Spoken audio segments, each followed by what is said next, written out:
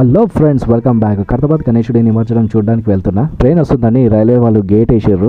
Civic sense మరియు responsibility లేని మన పౌరులు ట్రైన్ వస్తున్నా కానీ రైలు పట్టాలు దాటడానికి ట్రై చేస్తున్నారు. ఇందుకే వచ్చేది ఒక 5 minutes ఆగడానికి వీళ్ళ సొమ్మేమన్నా పోద్దా? ఇప్పుడు వెళ్ళి చూడండి గణేశుడిని. పోయినసారి ఇదే టైంకి కర్తాబాద్ వినాయకుడు ఆల్రెడీ బయలుదేరిపోయారు అనమాట. కాకపోతే ఈసారి చాలా లేట్ అయిపోయింది. ఇంకా చాలా టైం పడుతుంది కానీ గణేశులను చూసుకుంటూ పోతాయి ఇంటికి. ఇక ఆహా సూపర్, ఏకంగా రావణసుడి మీద కూర్చున్నాడు కదా వినాయకుడు. అయ్యప్ప స్వామి పోజులో వినాయకుడు. అదిగో వీణ వాయిస్తున్న వినాయకుడు. ఆల్మోస్ట్ ఇంటికి వచ్చేసిన.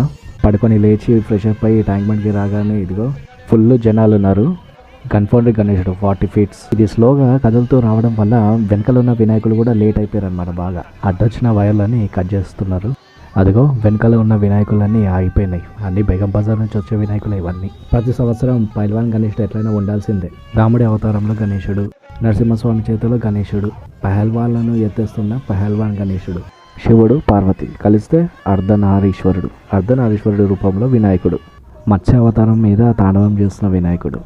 బాగుంది కదా, సూపర్ ఉంది గణేశుడు అయితే. ఆహా సూపర్. విష్ణు అవతారంలో వినాయకుడు, కిందనేమో బార్బరిక్ అనమాట.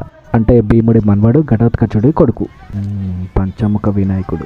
ఈ ఇయర్ హైలైట్ అండ్ డిఫరెంట్ గణేశుడు. ఇది చూస్తే మనకు నెమలి గుర్తొస్తుంది కదా, చూస్తేనే అర్థమైపోతుంది ఇది మరాఠీస్ వాళ్ళు తయారు చేసిన వినాయకుడు అని. ఎందుకంటే ఈ వినాయకుడి పాత్ర జాగ్వా మూవీలోది. మహారాష్ట్రలో జాగ్వా మూవీ చాలా పెద్ద హిట్. మినియన్స్ వినాయకుడు. బాగుంది కదా.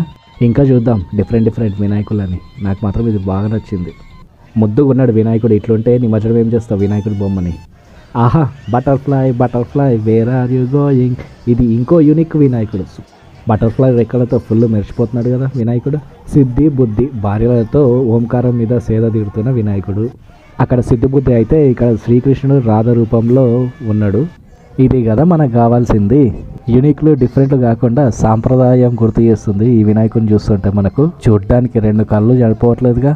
ట్యాంక్ బండ్ నుంచి ఇంటికి రాగానే ఇదిగో మా బస్తీ గణేశుడు ఇంకా మా ఇంటి దగ్గరనే ఉన్నాడు. ఉన్న వైర్లన్నీ బీకేస్తున్నారు. కరెంటు పోయింది, క్రెయిన్ వచ్చింది.